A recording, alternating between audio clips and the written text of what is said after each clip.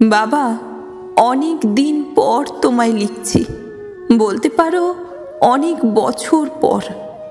আজ লিখতে বসে কোথা থেকে শুরু করব আর কোথায় শেষ বুঝে উঠতে পারছি না, কিন্তু খুব লিখতে ইচ্ছে করলো। তোমার ঠিকানা জানি না, তাই ওপেন ফোরামে লিখলাম। হয়তো কোনোভাবে ঠিক তুমি পড়তে পারবে। তুমি কোথায় আছো, কেমন আছো জানি না, যদিও সবাই বলে তুমি নাকি আমাদের সবার সাথেই আছো, সব কিছু দেখতে পাও, সব বোঝো। তাহলে তো বলতে হয় তুমি এটাও জানো আমিও কেমন আছি। আমি ভালো আছি বাবা, ঠিক যেমনটা তুমি আমায় রেখে গিয়েছিলে তেমনটা। তোমার কথা সারা দিন উঠতে বসতে মনে পড়ে। এটা নতুন কিছু নয়।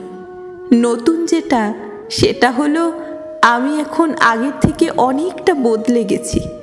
তুমি থাকলে হয়তো খুব খুশি হতে। আজ সন্ধ্যায় যখন রাস্তা পার হচ্ছিলাম, হঠাৎ পাশে তাকিয়ে দেখি একজন বাবা তার মেয়ের হাত ধরে রাস্তা পার হচ্ছে। ভদ্রলোকের বয়স তোমার থেকে একটু বেশি, মেয়েটি আমার থেকে খানিক ছোট হবে। কেষ্টপুরের রাস্তা পার, বুঝতেই পারছো। ওদের কথাবার্তার কিছুটা কানে আসলো। বুঝলাম ডক্টর অ্যাপয়েন্টমেন্ট থেকে ফিরছেন দুজনে। কনভারসেশনটা শুনে খুব ভালো লাগলো। মনে মনে মুচকি হাসলাম। তুমি থাকলে হয়তো আমিও এভাবে রাস্তা পার করাতাম এক সময়, ঠিক যেমনটা ক্লাস 11-এর জিওগ্রাফির টিউশন থেকে ফেরার সময় তুমি আমার হাতটা ধরে রাস্তা পার করতে। তোমার মনে আছে বাবা? আমি এখনো জানো রাস্তা পার হতে পারি না ঠিক করে। ভিড়ে চলতে গিয়ে থমকে যাই, কখনো বা পিছিয়ে পড়ি। অন্ধকার রাস্তায় এখনো পথ চলতে ভয় করে। এখনো কলকাতার প্রচুর চেনা জানা অলিগলি হারিয়ে ফেলি। এখনো বাজার করতে গিয়ে মাছ চিনে কিনতে পারি না, সবজি কিনতে গিয়ে দরদামও করি না। ঝড় উঠলে, যখন খুব জোর বৃষ্টির সাথে বিদ্যুৎ চমকায়, আমি আজও আগের মতন ভয় পাই। এখনো রাত জেগে কাজ করতে করতে যেখানে সেখানে ঘুমিয়ে পড়ি। কিন্তু তুমি আর আগের মতো এসে হাত থেকে ফোন সরিয়ে গায়ে চাদর চাপা দিয়ে যাও না। শরীর খারাপ হলে এখনো ওষুধ খেতে ভুলে যাই, টাইমে গ্যাস বুক করতে ভুলে যাই, এখনো হিসেব করতে বসে ভুল করি। তুমি তো জানো বাবা, হিসেবে আমি বড্ড কাঁচা, বড্ড বেশি বেহিসাবি আমি।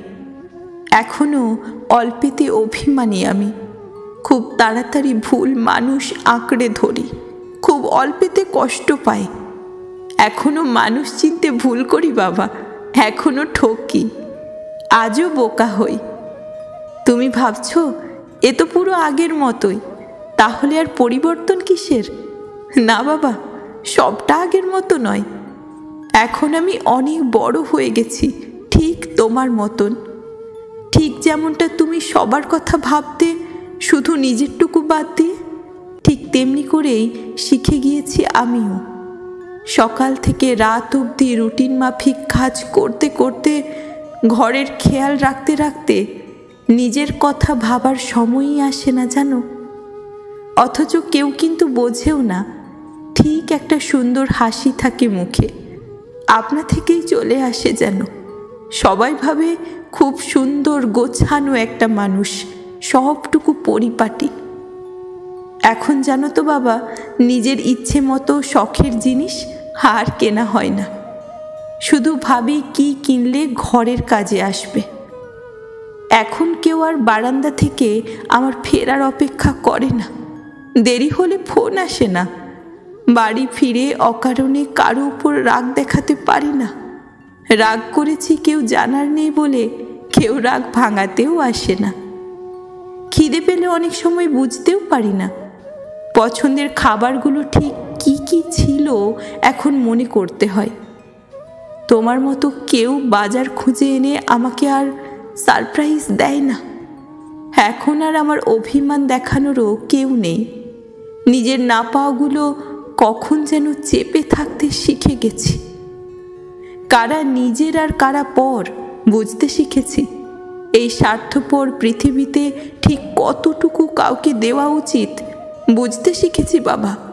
মেয়েকে মানুষ করা, ঘর সামলানো আর কাজ করার মাঝে হঠাৎ করে কখন জানি অনেকটা বড় হয়ে গেলাম। কবিতাটা মনে আছে তো বাবা? এখনো তো বড় হইনি আমি, ছোট আছি ছেলে মানুষ বলে, দাদার চেয়ে অনেক মস্ত হব বড় হয়ে বাবার মতন হলে। সব কিছু শিখেছি বাবা, শুধু শিখতে পারিনি তোমায় ছেড়ে কি করে থাকতে হবে। আজও এখনো আমি তোমায় খুঁজি। রাস্তায় চলতে গিয়ে যখনই কোনো বাবাকে তার সন্তানের সাথে দেখি মনটা খুব খুশি হয়ে যায়। দু চোখ ভরে শুধু দেখি আর ভাবি কি সুন্দর একটা সম্পর্ক। যারা এখনো তাদের বাবাকে কাছে রাখতে পেরেছে কত ভাগ্যবান। তুমি আমার সবটুকু জুড়ে ছিলে আর থাকবে। আমার সমস্ত ভুল তোমার কাছে, সমস্ত ক্ষমা তোমার কাছে, সমস্ত চাওয়া পাওয়াটুকুও তোমার কাছে। তুমি নেই, আমার আবদার করার আর কেউ নেই। আমার সমস্ত শিক্ষা তোমার। আমি সবটুকু তোমার প্রতিফলন হয়ে থাকতে চাই। আমি জীবনে যতটুকু সব তোমার জন্য। তুমি নেই এটা আমার চিন্তার বাইরে। শুধু ভাবি তুমি আছো, ঠিক আছো, শুধু একটু দূরে আছো, তাই ইচ্ছে মতন তোমায় ছুঁতে পারি না। আগের মতন সবাইকে বলতে পারি না হয়তো যে আমারও বাবা আছে। দিন শেষে রোজ আমি বাড়িতে তোমার কাছেই ফিরি। দিন শেষে আমার সবটুকু তোমার কাছে। আজও আমার সমস্ত চাওয়া পাওয়া তোমার কাছে। আজও কিছু খারাপ হলে তোমার কাছেই ছুটে যাই। তোমায় দেখলে যেন একটা পরম শান্তি লাগে। মনে হয় এই সেই আমার আশ্রয়, যেখানে আমি নিরাপদ। আবার কখনো আমাদের যাত্রাটা শুরু করব। পৃথিবীর সমস্ত বাবারা ভালো থাকুন, দীর্ঘায়ু হন। ভগবানকে ধন্যবাদ এত সুন্দর একটা চরিত্র সৃষ্টি করার জন্য, আর আমার বাবাকে আমার কাছে পাঠানোর জন্য। বাবা, যেখানেই থেকো ভালো থেকো। শুধু পরের বার আর একটু সময় নিয়ে এসো। ইতি, তোমার মেয়ে।